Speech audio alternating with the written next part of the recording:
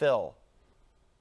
Paris, gun violence in Chicago. It's an issue the city confronts every day, and the conversation about how to curb that violence is ongoing.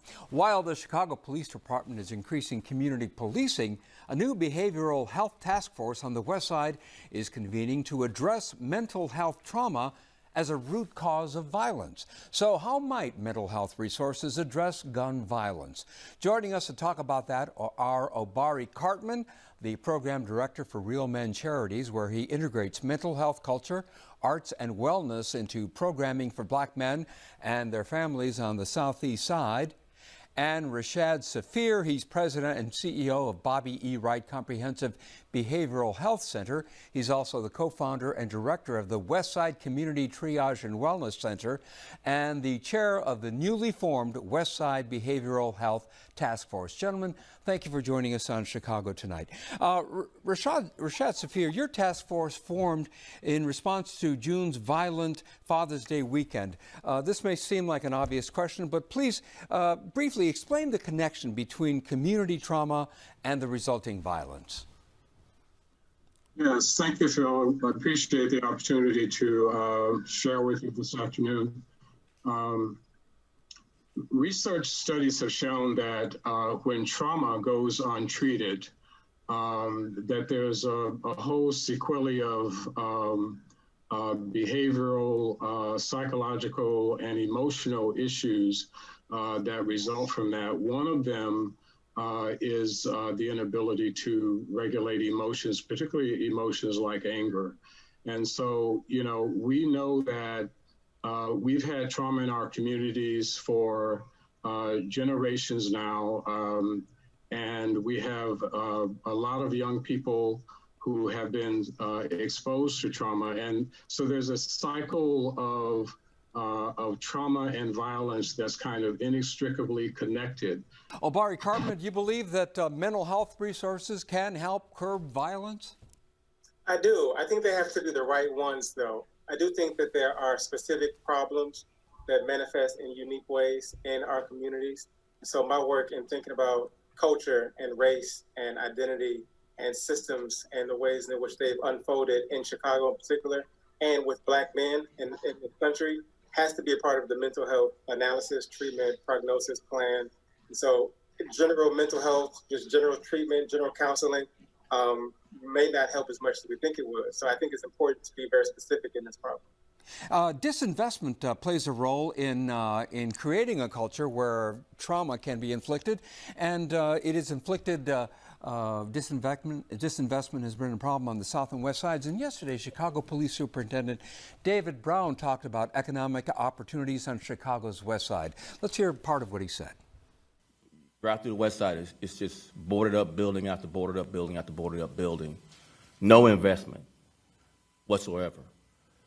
Many people here tell me since the riots of the 1960s, after Dr. Martin Luther King was killed, that no one's really come back into that community and invested in a real way.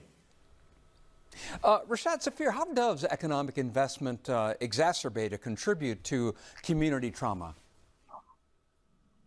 Well, I mean, clearly, one of the things I want to respond to is the fact that the West Side communities have been neglected for centuries, not just since the King riots. And so what you see happening on the West Side is that there are messages that are being communicated to residents and unfortunately to children who are growing up in those communities that their lives don't matter. And so without economic investment, we can't change the face and the character of the community to be able to create hope in those, you know, who have been affected by trauma and by violence in those communities. Along those lines, last week the city's COVID-19 task force released its report, which noted the disinvestment communities of color have experienced, and the report read in part, in virtually every measure from economic and food security to access to broadband and mental health services, Chicago's communities of color are faring the worst, a wrong that must be righted with meaningful transformation and change.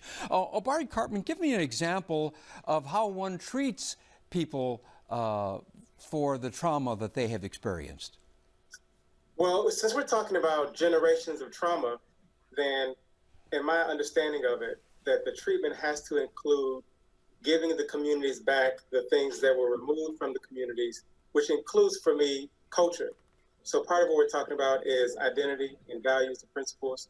I use African drums and songs and music and bands as a way to talk about and bring people into healing space. So part of how we got traumatized was in having our language removed from us and our drums and our rituals. Then part of the healing has to include incorporating those back, and we need money for that. We have people that can do it, we have skills, we have the artists that can do that, but they don't have the resources, especially after this year and with the COVID. A lot of these artists, a lot of these performers, a lot of the educators and counselors have been hit the hardest because they're gig workers. And so part of that investment needs to reinstitute the cultural fabric of the communities that can help give the skills and the support and the principles that would create healing for these people.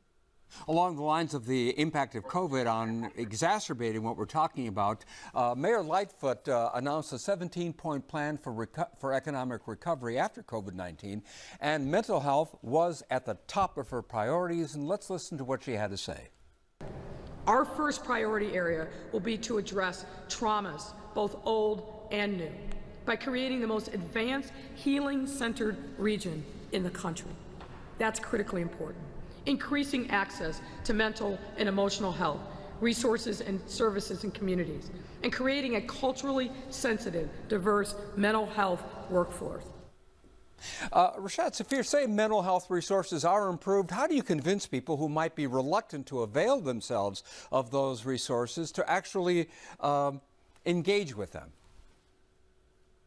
You know, I think that we need to build on the trust that has been established between community-based providers in the community and residents of the community. All too often, you know, we look outside our own communities for assistance and for the answers when we have people who are there on the ground every day, who are well known. And we know that particularly in the African American community, relationship is really central to being able to connect with people and to provide help. So we need to make sure that, you know, we're reaching out to the right people in the right places, you know, to do this work. Gentlemen, that's where we'll have to leave it. We thank you for your insights, Rashad Safir and Obari Cartman. Thank you.